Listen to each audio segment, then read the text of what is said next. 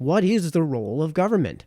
There's kind of two schools of thought on that. We're going to talk about this from a very philosophical standpoint first before we get into tonight's conversations, and there's going to be a reason for that. Trust me, folks.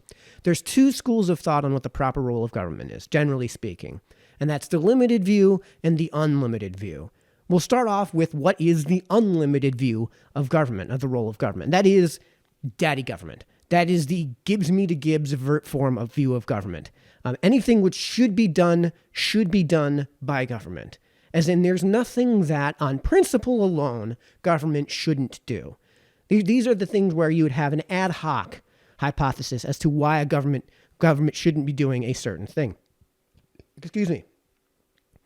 The only constraint on what government should and should not be doing is if the thing itself is good, which means that you kind of reduce this if taken to its logical end, which is basically where we're heading in this country, sadly enough. You reduce everything to being either mandatory or illegal. If charity is good, then it should be mandatory through taxes. If guns are bad, then they should just be illegal as opposed to just choosing not to own one. If not wanting to participate in, say, a gay wedding is bad, then bake the cake. You're forced to bake the cake rather than tell the client to go right across the street to where there's another cake shop. In this case, literally, there was a cake shop right across the street that they could have gone to, and bury that other business with your use of free speech, right? If they really are these homophobic bigots, then you get to go blast them on social media. You get to go hold up a sign right outside their door on public property that said, these guys are jerks, don't shop there, right? But again, with the unlimited role of government, daddy government says that this type of discrimination in the private sector is bad, which it probably is. It's probably dumb for somebody's business to refuse a customer at the door who's willing to give them money. If that's bad, then it should be illegal. If hate speech bad, illegal, right? So instead of facing scorn or ostracization and accepting a free speech principle rather than just a free speech edict, right, which can bend with the whim of the unlimited role of government, you have just, if there's something that somebody says that you don't like, it should be illegal. Again, this runs headlong against the free speech principles upon which this country was founded. Government in this view of government, the unlimited view of government, becomes daddy. They're the ones that tells you what is good and what is bad, and it forces its constituents into a position of just Gibbs me to Gibbs. If anytime you run into a situation where the underlying principle is Gibbs me to Gibbs, we're looking at an unlimited view of government. This is the view that has a pathway to 1984. And most of these people that subscribe to this view of government are at best in denial of the matter. There are certain people, say certain congresswomen from the Bronx, who are not in denial, who are willing to admit that they subscribe to this unlimited view of government. But most of these people are in denial. And this is what I want to talk about here tonight. So remember what I'm talking about here when we're talking about the philosophy undergirding the worldview of government. The view of government as being limited or unlimited.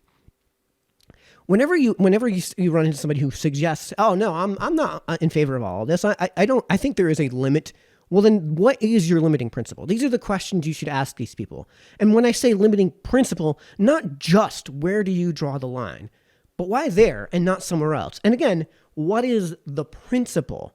Not some sort of ad hoc. And you can't just say the principle is, oh, that it's good. Well, then again, you're just you're begging the question. You're just subscribing to the unlimited role of government. And your limitation is it shouldn't do what isn't good, which is the whole point of the unlimited view of government. Now, the limited view of government is completely antithetical to that. The role where it's a worldview where the role of government is by design, it is to be restrained.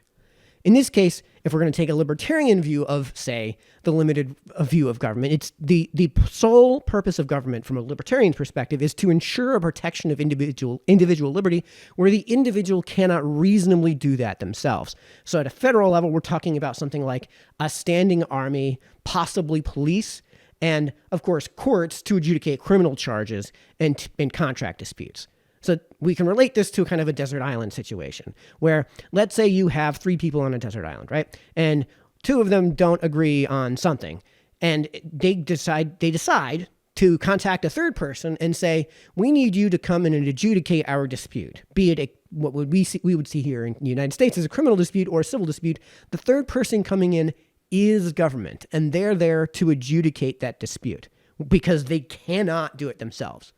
The only way to do it themselves otherwise is to just playground rules, bigger person, bigger gun wins, right? In that case, in the desert island situation, the guy who's studied jiu-jitsu and can beat the other guy up or is a professional boxer is going to just, all of their disputes are going to be decided by bloodbath. So in this case, of course, that person who's subjected to that bloodbath, his individual liberty, he is not consenting to that bloodbath, of course, because he's not the one, getting bloodbathed, because he's the one getting bloodbathed. In this case, you need to introduce that third person to preserve that protection of individual liberty. And of course, the two people have to agree to that. And in this case, their agreement to, hey, we're going to do whatever this third person decides, and we're not going to bicker. We're not going to Hatfield and McCoy this. It's not going to result in a bloodbath. You have unanimous consent. In the same desert island, if you have 10 people, right, you may have a situation where we're starving and this one guy can catch fish better than anyone. And right now, we need him to just catch all the fish for us. So we're going to decide as a small group that he's just going to catch all the fish. Now, at some point, he's going to want something in return, because if we're just going to kick our feet up and eke our way by on, whatever fish this guy can catch, at some point he's going to get frustrated. At some point he's going to say, well, you were supposed to build a house, and you were supposed to, and you were supposed to be the one getting the fires going, right? So now we're just eating all this fish raw, which makes it more difficult to digest, among a host of other things. This lady was supposed to take all these palm fronds and weave us, clothing so that we're not getting constantly, burnt by the sun. This person was supposed to gather water for us, so that we have water to drink. And they didn't do that. So screw you. None of you get any fish. If you have 10 people starving on a desert island, there may be a rationale to say, no, tough. You need to just redistribute your fish. But if he's not consenting, there's no longer unanimous consent. He can go off to the other side of the island, right? Let's say, form his own little island of his own and do his own thing. And those other 9 are kind of left to their own devices. So in this case, what we're talking about is devolution. Not only do we have unanimous consent in the first example, where there's 10 people and the fisherman is willing to just catch all the fish, but in the second situation, where there isn't unanimous consent, these decisions need to be devolved to the least common denominator. So when you have something like a highly localized government, you can kind of get away with somewhat totalitarian principles, so long as you have unanimous consent. If everybody agrees that everything we produce is going to just be evenly distributed among this in this desert island situation, just so we can survive until a boat comes or a plane comes and we can send off a flare and get rescued, there may be an argument for that, right?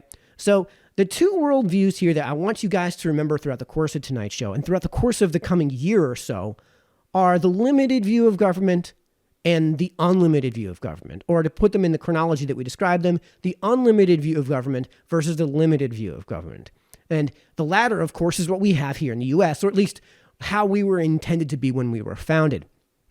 The former, however, the unlimited view of government, originates in the French philosophers.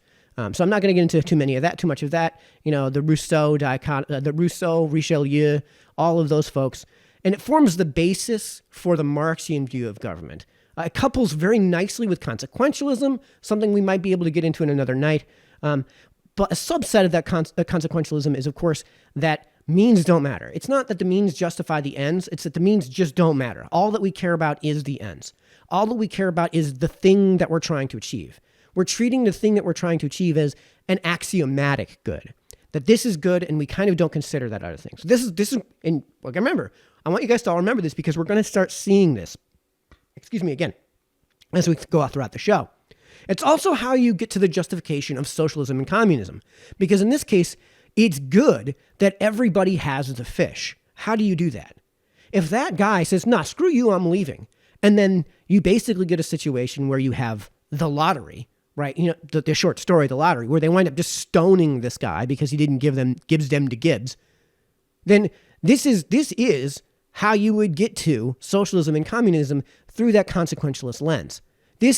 And by the way, if you say, nah, all right, we're not going to stone you. We're just going to let you go to the other side of the island, and we're not going to steal your fish. You're no longer under socialism. You're no longer under communism. You're engaging in purely market transactions. You're ensuring individual liberty, of course, which comes from mutual consent. In this case, you're ensuring the continuation of those transactions in a mutually consensual manner.